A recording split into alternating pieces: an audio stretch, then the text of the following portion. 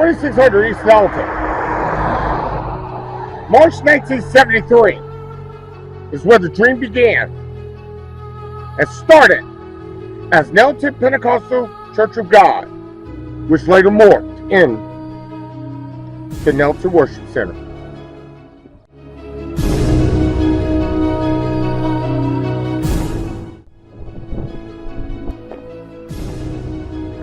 To here, County Road 4021 in February of 2019, where we ended up morphing into what is now known as Resonate Church.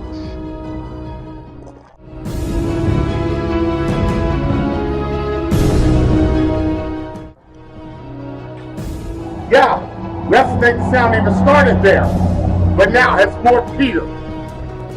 February 2022 to now.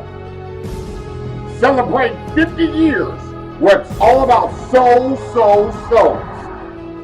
Welcome to our monumental anniversary. Welcome to celebrate 4 years on television. Welcome to Resonate the Sound.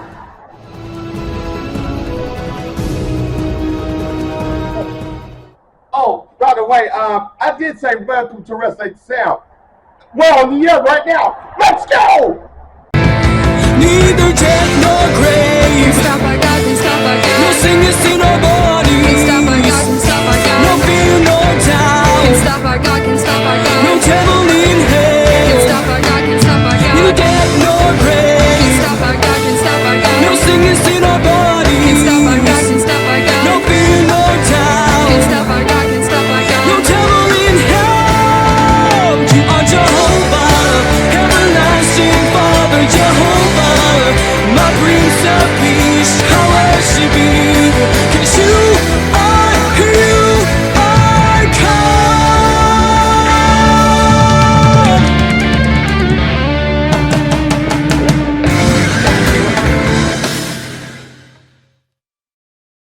Woo!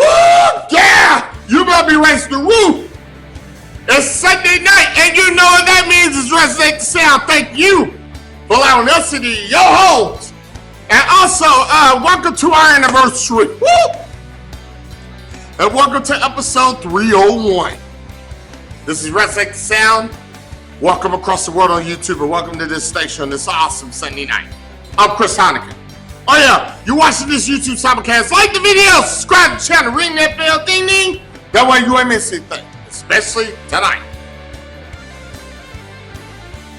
You know, as I mentioned Thursday night on episode 300, and I'm gonna mention it here to any and everybody that has been a part of our staff previously, has done the music previously, that has been a part of our church, and to you guys that's been with us on our YouTube simulcasts and following us all around the world. And to those of you that supported us right here on this local television station, I want to say thank you. We're humbled, we're blessed, and we're honored just to present Jesus to you in a different format. Because that's what Resonate all about. Being different than everybody else. Well, majority of everyone comes to you with Christian TV and the worldly TV. We're coming to you, Discipleship TV. And we're honored and grateful to not only be inside of that, but to be reaching millions and millions around the world. In fact, our goal is not for numbers' sake, it's for souls' sake. Billions and billions and billions. Because even if one person watches this program start to finish and gets encouraged and gets led to Jesus, hey, that's more than enough for us. Well, here on this Sunday night, we got actually a little special return. It's been a while since you've seen him on our program. But you know, he's part of our staff, he's part of our family. In fact, he's about soon to be a proud father. baby girl about to come into the world. So, we already had McKenna on episode 300. Got a little special surprise for you. How about word on the street says that Tyler's outside, right here in our lobby, and kicking it back on the couch. And word on the street says that he got word. So, how about I go join him, join our camera person, and how about we go resonate together? Let's go resonate.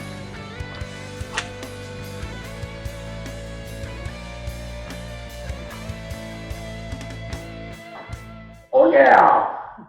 Welcome. It's our anniversary. This is Sunday night on Cornbread, Heineken. I'm Tyler Boone. Oh yeah! And word on the street says you got word for us. I do. Okay, go ahead. What are we getting into today in our anniversary? I want to talk about complacency today. Oh! Ooh. This is one of my favorite classes I've done. This is one of my favorite things to speak on. It's just something that doesn't get hit on enough, in church nowadays. Right. So I got this idea. I went to a young adult conference. I'm not gonna lie to you, it's probably about 2 or 3 years ago. It was a while back. Okay. Before I ever started teaching classes. And they didn't really talk about it there, but it got brought up once in the middle of the sermon. I just thought, wow, this is something that we need to hear about. We hear a lot because it occurs every time in our daily lives. Yes, there's so much Christian burnout. So many people who are just complacent, and we don't realize the negative impact that can have on others when we're trying to lead and we're complacent. Mm-hmm. So when I think of complacency, the first thing that I think of is the tortoise and the hare. Ooh. The age-old story, we've all heard it. You're a kid. I can pretty much assure you that 99% of people on this planet have heard of the tortoise and the hare. Right. There's a turtle and there's a rabbit racing. And when you hear that, you obviously know, okay, the rabbit is going to win this. Mm-hmm. There is no way that there's a race between a turtle and a rabbit. Right. And a turtle comes out on top. Well, in the story, though, the rabbit gains a huge lead, obviously, faster, but then gets complacent. Just wants to take a break, wants to sleep, wants to just show off. Right. And then the hare falls asleep, and the tortoise comes back and then wins the race. Mm-hmm. So although the hare is the clear option to win here, due to complacency, the hare falls behind and actually loses to the tortoise. So in this moment of complacency, the tortoise takes the lead and wins the race. Right. So, and that's the first thing I think of. So first, I want to talk about the definition of complacency. Okay. So the definition that I have, if you look, there's a dozen different definitions. The one that I like. We're going to pop it up for everyone on the screen. Oh yes, absolutely. It says complacency is the feeling of pleasure or security, often while unaware of some potential danger, defect, or the like. Self-satisfaction with an existing situation, condition, or etc. And then next, I want to give the definition of contentment, because I do feel like oftentimes people confuse complacency and contentment. So contentment is wisely accepting the reality of situations that cannot be changed without complaint or resentment. So contentment isn't necessarily a bad thing, so I just want to kind of discuss the difference between the two real quick. Yeah. Contentment is making the most of what God gives you while continuing to move forward. Oh, that's good. That's good. While complacency is thinking that you can't do anything to make it better, so you're sitting still in a situation. Pretty much being stuck where you are. Yes, just remaining stagnant in whatever it is you're going through, whatever it is that you're doing. I read a quote, it's from Carla Gasser, and it says, "Complacency is waiting for life to change without any hope that it will. Ooh. Contentment puts its hope and trust in God alone, knowing He will provide strength for the change." Okay. And I love that. Typically, I teach classes for males. We have breaking bonds, and we have all the guys in our class. Mm-hmm. And Miss Carla is actually a female. She's an author. She's a speaker, but it's mainly for women. To help gain faith, trust, just any biblical knowledge. But all of her sermons and her teachings and her books are more dedicated to women. So typically, I wouldn't read this. But I stumbled upon it and I thought, wow, this is really, really good. I'm really glad that I somehow found this woman and found this quote. Yeah. So obviously, when we're talking about complacency versus contentment, it's important to use discernment, which that can be a whole other class. Yes. There's so many things to discuss with that, but I won't get too deep into it since we're talking about contentment right now. But it all kind of fits along the same line. Yes. You have to have that perception, that spiritual guidance to be able to tell what is what, because contentment can become complacency. Yes. Yes. While you're at first content, which like I said is not a bad thing, if you remain content for too long without any more work, if you're not trying to move forward, it will become complacency. And sometimes, and I think we need to kind of bring this up not the topic, but sometimes being content and being complacent, especially if you look at the flip side of it, can literally kind of put yourself in a chokehold. Yes. Absolutely. And will kind of strangle you to where you're only able to go at a certain level, but you can't advance. Yes. And I think a lot of times we kind of put ourselves in that place to where we're literally we want to go higher in God. We're happy. We're content with the blessings that we have. Yes.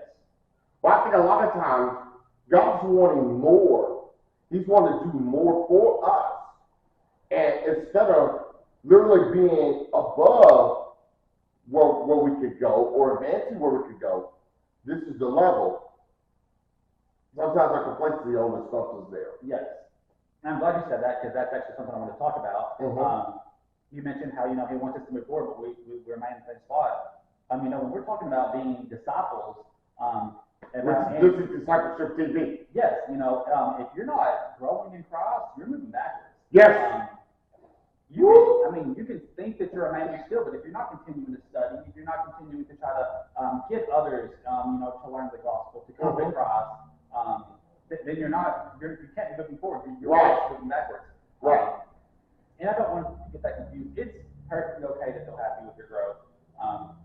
I am thrilled that I'm in the position that I am, considering my past and everything. I'm thrilled. I'm so happy that I'm where I am. Yes, same here with me. But that doesn't mean that I shouldn't strive to move forward. Right.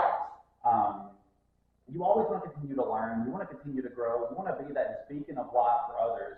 No matter where you came from, where you're at now. You hear of pastors all the time, and it's so sad. They get caught in these lies or these scandals or these situations that they shouldn't be in. And a lot of times, us as a people are way drawn to that, and way drawn to, they're on top. Let's read about their failure. Yes. Rather than being caught up in God and letting God literally say, hey, this is where they're at, but you know what? I allowed them to go through that so they could experience my goodness. Yes. Or the new goodness that I got. And you're right. We are in a world that just feeds off of negativity. And that's been our problem. And a lot of times, and yeah, here's the thing, you know how we are. We're bold on this program. We call it like it is. We're too caught up, and we have a stranglehold on negativity. To where bottom line, it has choked the church out for the last 700 years. Yes. It's part of the curse. And I know a lot of folks will not talk about this publicly, but we're talking about it.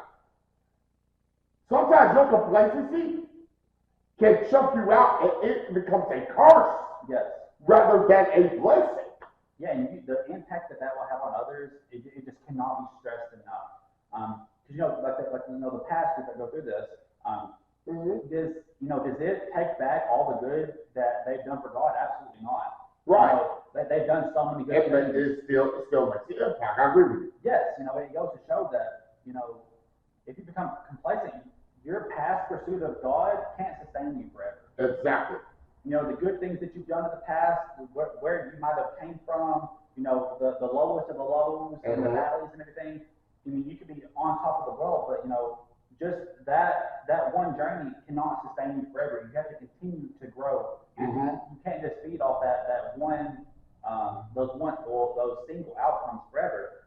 And it's also important to note, although God is always working in our lives, Satan works too. Yep. Always does. people think that, when you first become a Christian, you get saved and everything. It's easy, and it's not. It gets harder. You have to maintain a lifestyle because you have to be a positive influence on others because you never know who's watching. Exactly. And when people know that you're a Christian, that you're a disciple, and or if you're a singer in the band, or if you're on the place of worship team in general, if you're an associate pastor, right? If you do classes like me and anything, and people know that you're watched under a microscope no matter what you're doing. If I'm at work, I'm a nurse. It can be a stressful job. Yeah. But what I do in those situations will show people like there's people at my work who don't know Christ, they don't go to church, for whatever reason, and if they know that I do, and then I crack under pressure, and I start cussing, I start condemning, I start speaking negatively on my patients or my staff members. And keep this in mind, you talk about cursing, even speaking negative. Absolutely. It's cursing. Yes. Because cursing is not limited. And I want you to get back to this point. Cursing is not limited. Let's say publicly. Cursing somebody. And I'm glad when we had Dr. Joe Crockett on our program, he literally broke down that cursing. And it's not using certain words. It's speaking negative to somebody. Absolutely. And a lot of times you don't need quote unquote specific words just to curse somebody. Speaking negative curse somebody. It does, yeah. And it doesn't matter. Every other person at my work could be doing that. It doesn't matter if they are though, because they are not in the position that I'm in. So I will be judged more for it, and that's okay because I do believe we should be held to a higher standard. We're trying to draw people to Christ. We're trying to get them to our position because we know the blessings that we've received. The great things that are to come. We want them to be there with us.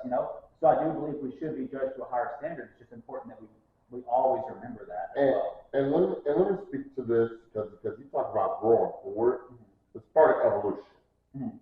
And evolution is not where everybody thinks this word is.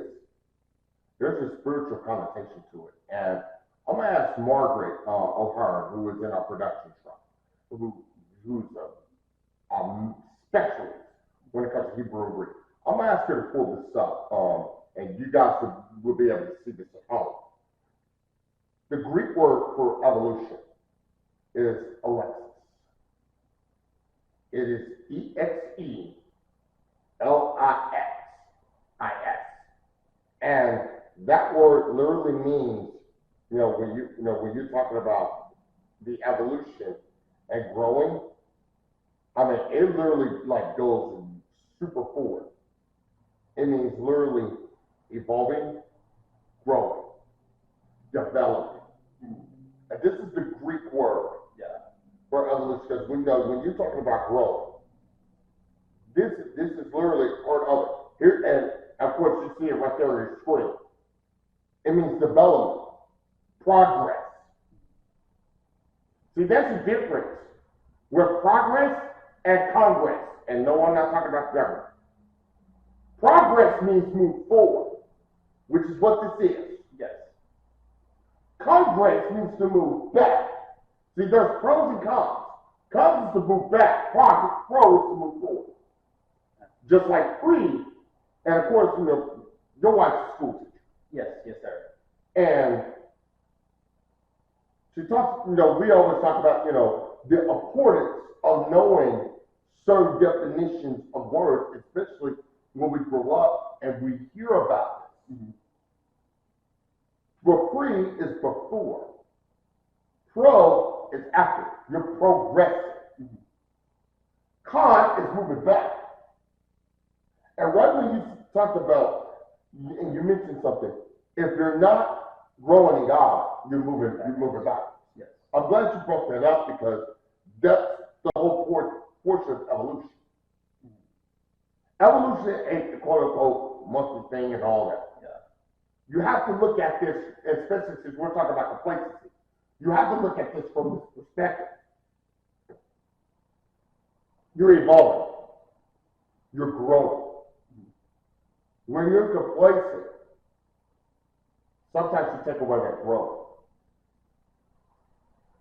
And when you take away that growth, you're literally not only putting a chokehold or restriction on yourself, but you're putting it on everyone else around you. Yes, I'm glad you said that. That was actually my next point is when you become self-satisfied, you'll move backwards without even knowing it. Yes. You won't realize it. You'll lose all your progress, and you're going to have that negative impact on others. Once again, not saying it's not, okay to be happy with where you come from and everything, but when you become too self-satisfied, you'll stop moving. See, and that goes back to that other Jeff Crockett thing that was discussed in our No Restriction series last year during our 3-year anniversary. Celebrate your victories, but if you're too stuck in your monument, you are literally keeping yourself from future victories for everybody else. Yes. Once you reach a certain level of success, you should have a sense of gratitude. Yes. To Yes. As I said before, I used to be a heavy drinker and everything. Wasn't in church and everything, and then, now it's been Years. 4.5, 5 years since I've had a drink. And I'm grateful for that. That was taking over my life. I'm still at the same job. Just moved up. I was in nursing school and everything. This could have ruined my life. And if I didn't get, close to Christ when I did, who knows how much different my life would be now. Right. I'm forever grateful for that. That's something that could have had just the most negative impact on my life and others around me. But take a look at, you talk about drinking. Let's take a look. Let's really, really dive deep into that. Not from a quote-unquote wine thing perspective. We drink so much of the world. Yes. And we consume and digest so much of the world that we're not digesting the spirit. We're literally keeping that spiritual water that we need away from our lives. Yes.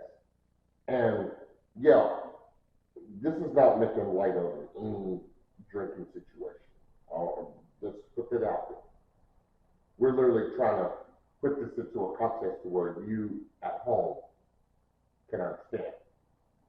A lot of times we drink too much of the world. We do.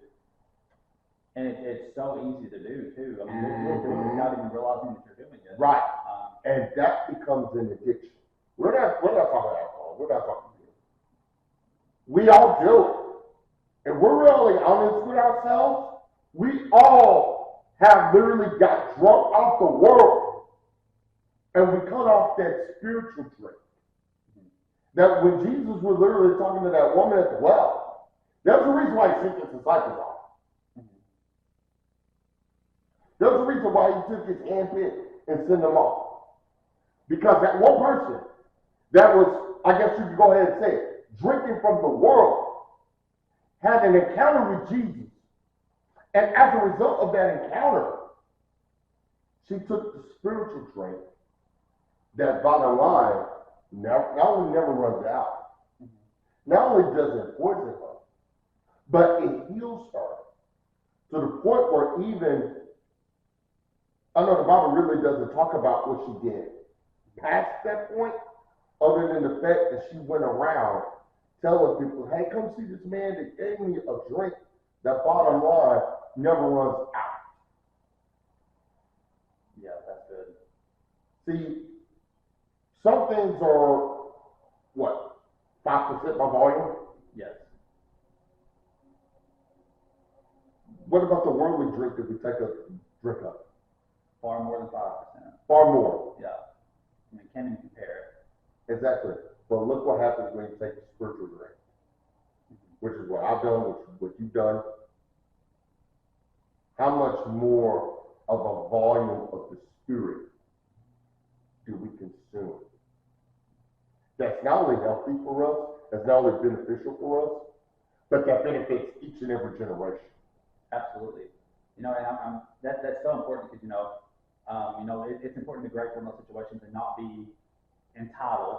Yes. You know, it Yes. gives a sense of entitlement from the world or from, you know, Mhm. from your self-satisfaction. Yeah.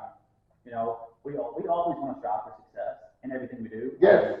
This doesn't have to be, you know, I can strive for success in my work. I strive for success with my, you know, in my home life, Yes. in church, Mhm. in my just spiritual growth, just personally, individually, not even as a whole here at Resonate. Right.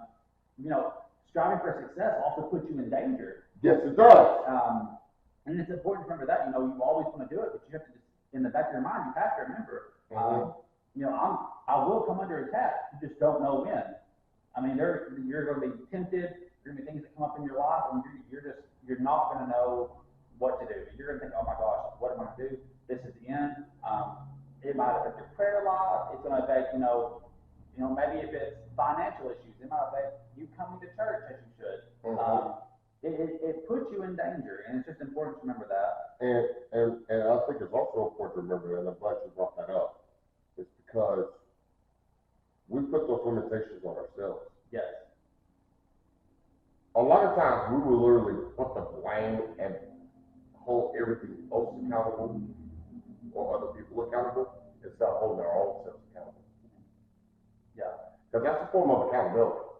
And it goes back to that mindset that, you know, we have literally, everything comes right back to the mind. It does. What are you setting your mind to?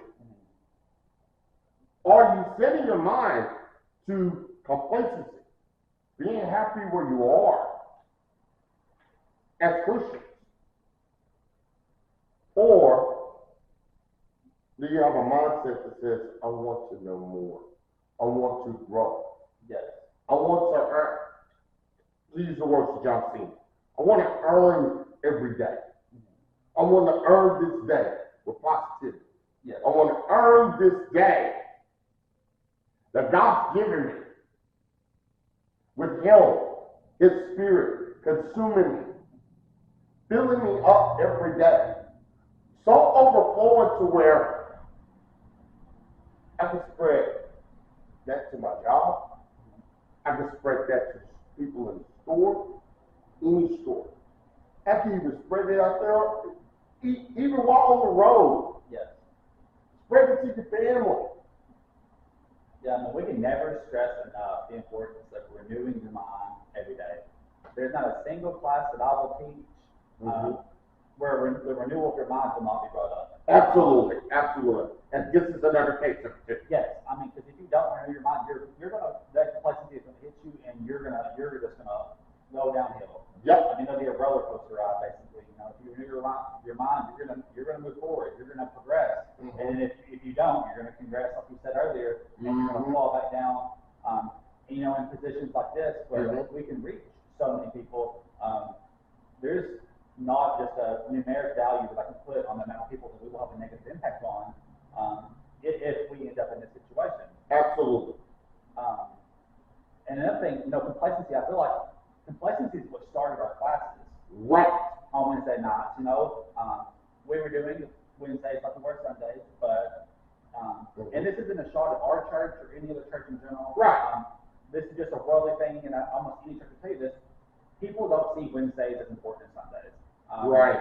They'll show up Sunday morning, every Sunday morning, best dressed, you know, doing everything as they should, but when Wednesday comes around, a lot of people don't show up for Wednesdays because it's not that Sunday morning service.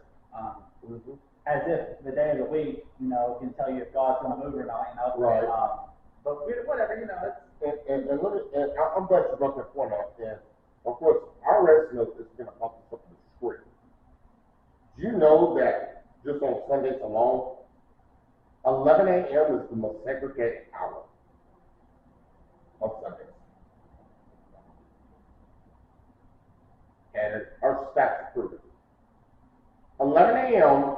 on Sunday mornings is the most segregated hour in history of churches personified. And a lot of times, we almost use Sundays as a refill. So we can feel down during the week. And then we take for granted those days during the week. Yes. And we literally use Sunday almost as, let's just be honest, we pimp God out on Sundays way too much. Yeah, I mean, it's true. It's a good way to put it. We do. We do. We go live our lives throughout the week. And I say we, even worldly speaking, not, Yeah, of course. But you live your life how you want to throughout the week. You might not even read your Bible, you might not study, you might not mention God a single time throughout the week. And then Sunday morning comes around, you pimp him out, as you said, And because look at it, that's the one day that everyone, well, I know I said this on television plenty of times, but I'm going to say it again. We literally have relegated God to where He'll only recognize us on Sundays if we're dressed. If we're dressed up, if we got on the best clothes, if we literally come into the house of God treated like a fashion show. Yeah. And I'm gonna say, and yeah, this may be a little bit touchy, but this is the touchy program, and we're doing this to help. And I'm gonna go ahead and say this right here. We put our spiritual Halloween costume on Sunday way too much, and we would break that curse. Absolutely. Period. I mean, it's not discussion. We need to break that curse. It's been part of the church for like 700 years. We literally put on our spiritual Halloween costume, wanting God to recognize us. And you know what God's really, really doing? His church of the Yep. It's had a negative impact on others because that's literally that's a form of intimidation, a form of condemnation. That's not saying, and let us put this blank. That's not saying, oh, come in and dress for attention, or dress less for attention, or dress more for attention. When the Bible says dress modest attire, it means presentation to where it's not in a lustful type of way. Yes. And that is significantly hurt. Honestly, sometimes the people who need church the most, the people who are homeless, low income, And they're intimidated to go into walk through the door. Yes, because they think that if they don't have on their Sunday best, they're just nice dressed and look like everyone else, that they're not going to be welcomed. And that's the complete opposite of how a church should be. I'm not going to lie to you, it's how most of them are nowadays. Now you tell the truth. 95% of them. Yes, and everyone should be welcome to church, no matter what they look like, no matter what they wear, what they were doing the night before. People get it so twisted where they think that, just because they know this person's a sinner, whether they're a drinker, a drug addict, homosexual, whatever it is, that, we should condemn them in church and not welcome them, and that makes zero sense. And if we literally have the attitude of saying, oh, Jesus will accept you no matter what. If we have that attitude, and we say we're supposed to be like Jesus, should we have that attitude towards everybody? We should show everyone love. It doesn't matter what they're doing. Everyone deserves love. Exactly. We're all sinners. Just because, they might do theirs out in the open and everything, it doesn't mean that we aren't doing the same thing. Right. And that's where, we've gone so wrong nowadays here, in 2023. Most people, they don't want to hear about church anymore. They don't want to go to church. They don't hear about it because they just... And even then, even before 2023. Yeah. Even before the 2000s, even before the 90s. The negative impact these, Christians, Yes. so-called disciples have... Well, they'll be Christians in this case. Just condemning people instead of loving them. They could be some nice people to come into church. They want to learn, they want to do these things. But we're like, oh, they were out doing this last night. See, that's that spiritual Halloween costume we're talking about. Yes. If you're condemning people like that in church, I don't want to say anything to that, Look, this is resonating town. Yeah, you can jump in all day, but you gotta look at stuff. I agree with you. When you're condemning people, you're doing more harm than them. The term is called church folk. Yeah. wanna know why that's the most dangerous? And here's the thing. Church folk has 10 times more danger power than sinner, more dangerous than an unbeliever, more dangerous than an atheist. Church folk is literally the one term and the one classification that bottom line has hurt the overall growth.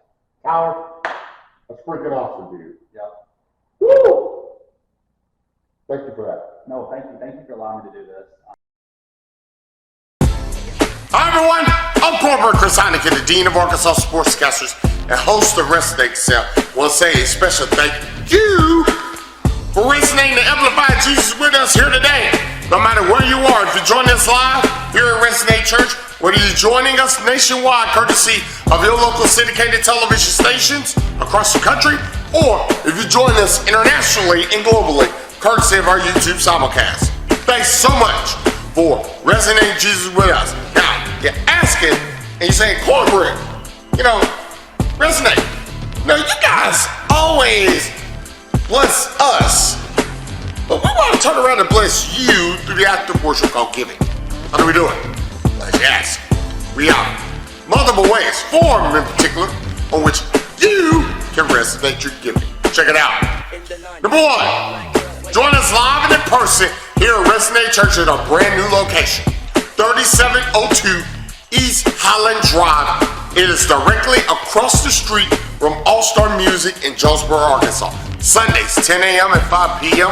Wednesday nights at 6:30, and we do keep in mind, things scheduled subject to change. Option number two, online. That's a little tidily thing right there. Use the term Resonate Church AR. That's right, everything right there on the screen. Resonate Church AR if you want to resonate your giving online. Just follow the directions and you can do that safely and securely. Option three, your cell phone. Look, we all got one. Might as well use it, shall we? Want to resonate your giving using your cell phone? All you gotta do, text the word give to that number right there on your screen. Safe, fast, secure, easy, simple to do. Option four, mailing. If you want to mail your contributions to us, courtesy of a check or money order, please make all checks and money orders payable to Resonate Church and send it to the address on your screen.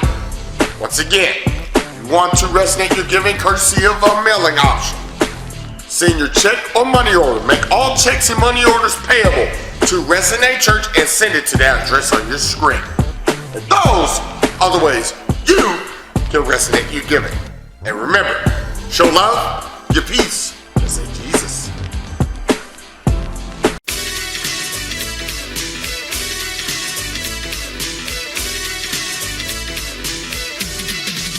Hey, what up, man? What's up, buddy?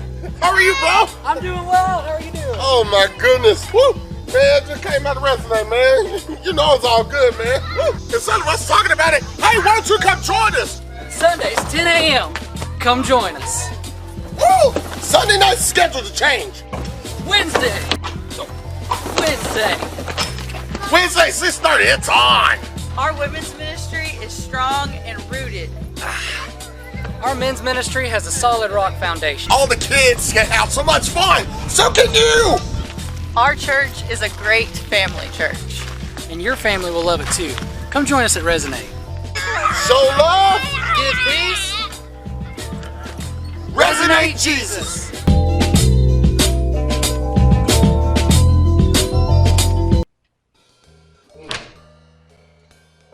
Woo! What did I tell you? Wow, that was awesome. Thanks, Tyler. Don't let your complacency, or may I say your contentment, become complacency. Don't be complacent. Don't be a church folk. Don't be the ones that literally love how everything is but don't want to grow. The churches, Want to experience growth like you've never experienced before? And I'm not talking the people growing in you. Talking about church number increase. We're talking about soul increase. We're talking about an increase with a better prayer life, with a better trust life, with a better trust walk. There's one way to do it. Start growing. Start seeing God and experiencing God in a way that you never ever experienced before. Period. And churches, if you really want to experience the power of God like never before, have God stay at your church. Stop having God pass it by. Stop having His glory pass by. God wants to stay at your church.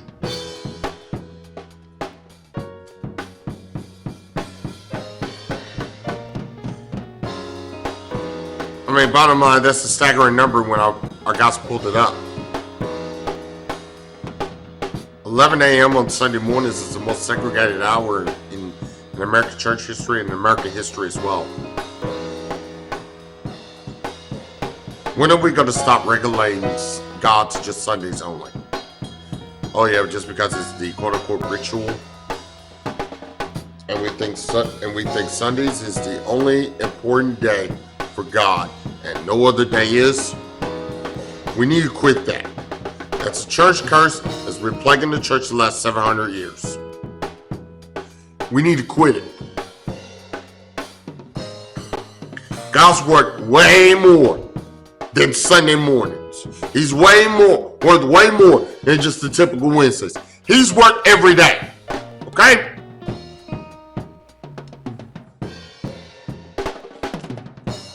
Change the pattern. Change the atmosphere wherever your church is. Change it. Stop having God pass by and you just giving Him a wave offering. Stop having God only pass by just to recognize that your church is there. Have God welcome there and have Him stay. Not just stay in your individual lives, but stay in church. In fact, when I say church, I'm talking about your worship setting. I'm talking about the gathering. Or the assembling, in this case. The assembling. And when I say assembling, I'm not talking about church denomination. I'm not talking about church organization. I'm talking about literally the gathering of people. Have God there. God's there. He's in the midst. He don't want to leave. He don't want to be just passing by. He wants to be right there kicking it with y'all.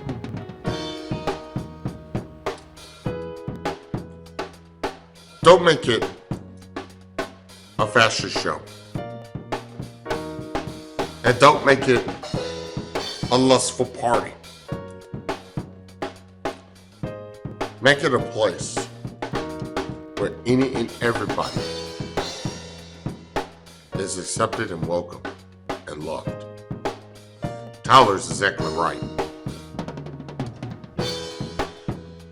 One of the things that we need inside of our church environments is love.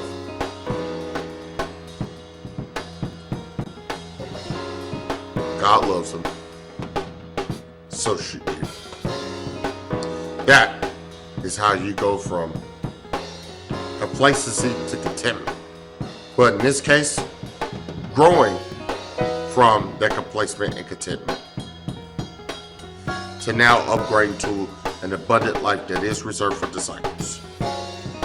Why didn't I say Christians? Because Christians would rather just live their life. This is the highest Christians could go when it comes to life. Whereas disciples, we got that abundant life. And abundant life doesn't necessarily mean contentment or complacement.